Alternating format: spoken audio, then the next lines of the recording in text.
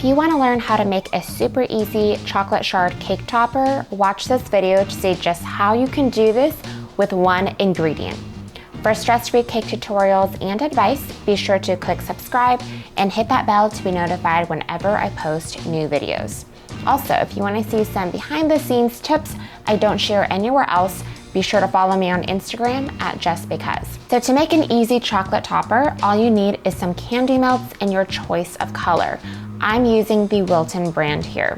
I like using candy melts because they don't require tempering like regular chocolate, and they come in a variety of colors already.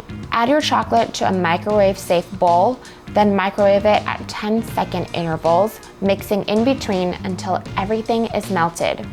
You want to be sure that you don't overheat the chocolate because this can cause it to get really thick and unsmooth. Once everything is melted and smooth, transfer it to a piece of parchment paper. Shake the paper to get all the chocolate spread out and even, and this is a tip that will help your topper stay put onto your cake. Grab a cup, flip it over, then place your parchment on top. You can play around with the sides of the parchment, clipping certain areas if you'd like, or just letting it dry naturally.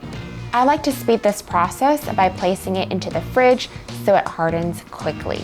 Now that your chocolate has completely hardened, you're ready to remove the parchment paper. Do this very carefully so that your chocolate doesn't break. Then you can take your cake that has been chilled in the fridge, apply some buttercream to the bottom base of your shard, then apply it to the top of your cake. So there you have it, a super easy way to make a chocolate shard cake topper.